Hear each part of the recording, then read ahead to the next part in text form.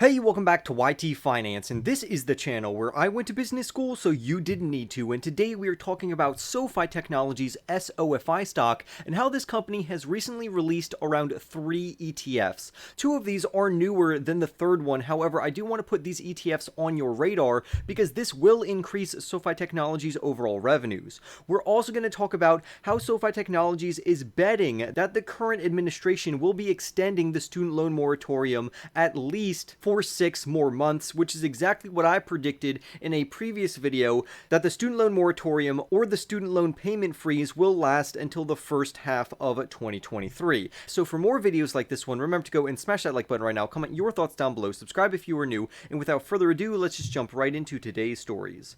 Sofi Technologies is a fintech company or a financial technology company, and they offer their consumers an all-in-one inclusive digital app which gives them anything they could probably need in terms of financial services and or financial products. Currently, the SOFI share price is $7.92. However, investors think that the company is worth anywhere between $7 to $11 over the next 12 months. The reason we have a news update today for Sofi Technologies is because recently Sofi Technologies has announced that their Sofi Invest segment has launched 2 new ETFs and why they are also pushing a third ETF. If you don't know what an ETF is, that's fine. That stands for an exchange traded fund, and basically it's just a basket of stocks and companies. So you would just invest into this one ETF and it immediately diversifies you into a multitude of companies. So it's going to act as a single stock, but it really splits your money into various investments in different companies. The first ETF is called SoFi Web 3, ticker symbol TWEB, and they are also releasing a SoFi Smart Energy ETF, ticker symbol ENRG.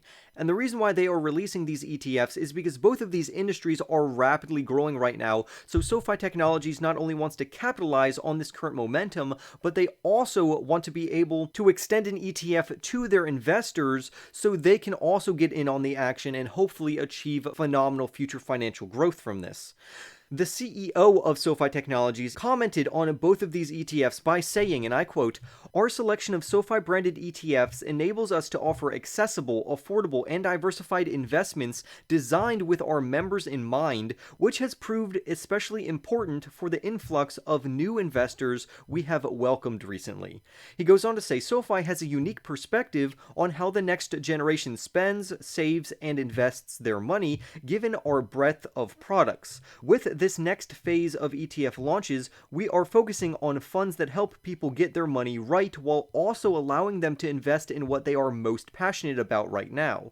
We know many of our members look at Web3 and clean energy as important parts of the future, and we are thrilled to be providing low-cost investment vehicles designed to meet those interests," end quote. So now let's actually look into these 2 ETFs, but I also want to mention a third ETF that Sofi Technologies offers their investors and also other investors. And you can find these ETFs on the majority of brokerage platforms. You don't actually have to have the Sofi app to invest into these particular ETFs. The first one I want to highlight is their gig economy ETF, which has recently changed its name to the Sofi Be Your Own Boss ETF, ticker symbol BYOB. The BYOB ETF is actively managed, and some of its top holdings would include Airbnb, and they have a 2.25 allocation to that company. They have Shopify, where they have a 2.89% allocation to that company, and Roblox, where they have a 3.44% allocation to that particular company. If you all know me, my entire portfolio mimics a high-performing ETF because I am very diversified.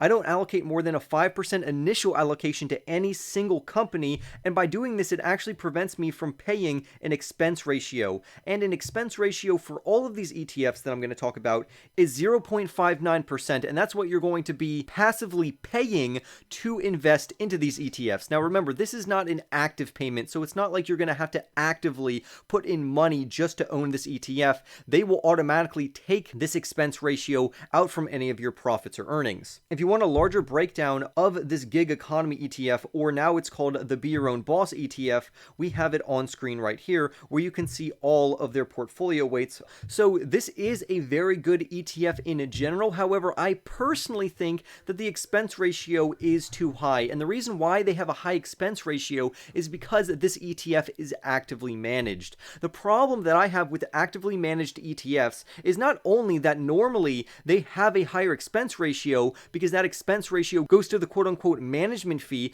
but I also don't like it because there is no evidence right now that an actively managed ETF outperforms a traditional ETF. Actively managed ETFs just don't have enough data surrounding them to actually support any of their claims. However, for me personally, I would rather invest into a non-managed ETF that has a much lower expense ratio that's below 0.15%, but that's just me. Moving right along, let's look at SoFi's new Web3 ETF, ticker symbol TWEB. And this particular investment vehicle provides investors access to some of the most powerful and innovative companies that are trying to decentralize their approach to the internet. This would also include companies that are working on the metaverse as well as artificial intelligence. By investing into this ETF, you would be immediately diversified into around 40 different securities, which have 4 common themes, which would be non-fungible tokens, which are NFTs and tokenization, blockchain technology, metaverse, big data, and AI, which is artificial intelligence problem solving. So these are very innovative segments. However, my criticism still stands for actively managed ETFs, especially if they have a high expense ratio. Moving on to the smart energy ETF, ticker symbol ENRG. So SoFi has actually surveyed its members, and when they got the survey results back, around 73% of their members reported that they wanted a clean technology ETF. So SoFi listened and ended up issuing out this new ETF for their investors. This ETF has companies that are rapidly modernizing their energy solutions to more green energy and renewable energy sources and solutions. So they are trying to phase out fossil fuel energies, and they really want to be green and renewable. So if you want to be instantly diversified into very innovative energy stocks, then this ETF would be for you. However, again, I personally will not be investing into any of these 3 ETFs, even though they do have companies that I do like. For instance, in their energy ETF, I really do like Bloom Energy, which I hold in my personal portfolio, and I like how they are exploring various options with fuel cell energy as well as Proterra. But overall, I just can't justify myself buying an ETF with such a high expense ratio when there are other options out there where you can get similar growth but for much cheaper.